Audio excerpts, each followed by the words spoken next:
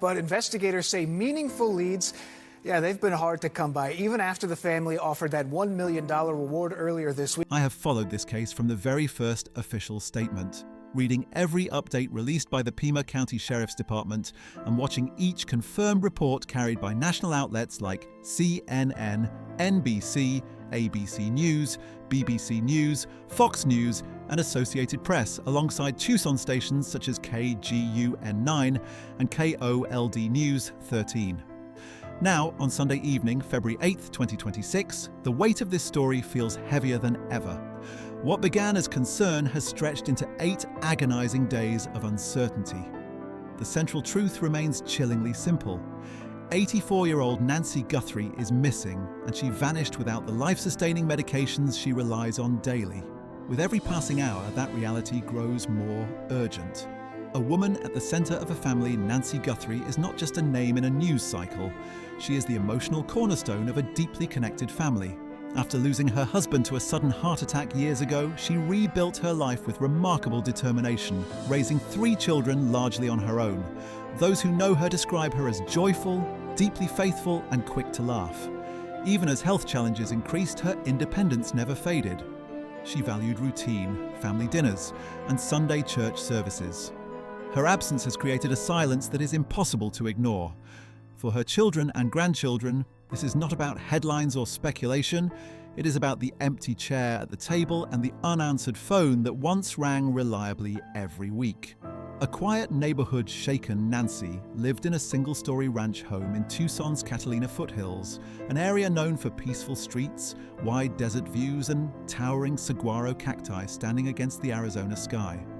Homes there are spaced far enough apart to offer privacy and a sense of calm security.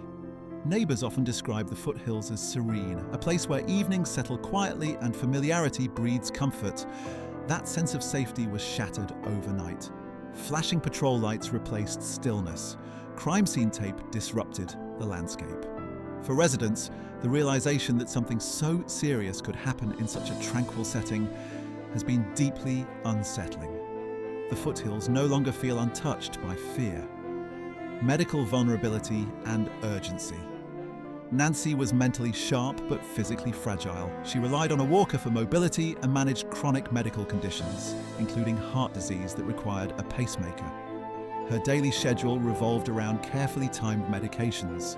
Medical professionals have stressed that even a short interruption could lead to weakness, confusion, or serious cardiac complications.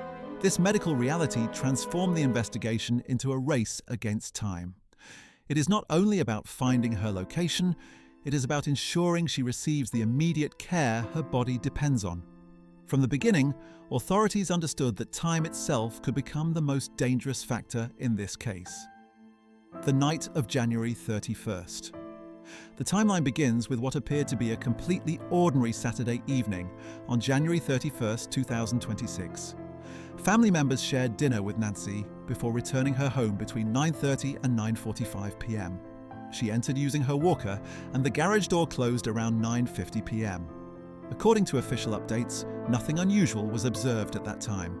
Her phone showed no outgoing communication, and monitoring connected to her pacemaker transmitted normally for several hours. Then, sometime between approximately 1:45 a.m. and 2:30 a.m. on February 1st, that transmission stopped.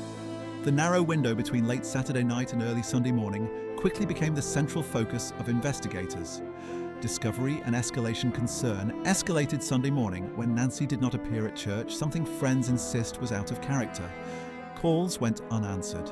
By midday, relatives entered her home and found it empty. Deputies responding to the 911 call noted signs of forced entry and small amounts of blood inside the residence, extending toward the porch area. Within hours, the home was secured as a crime scene. Sheriff Chris Nanos stated publicly that investigators believed Nancy had likely been taken against her will. The involvement of federal authorities soon followed.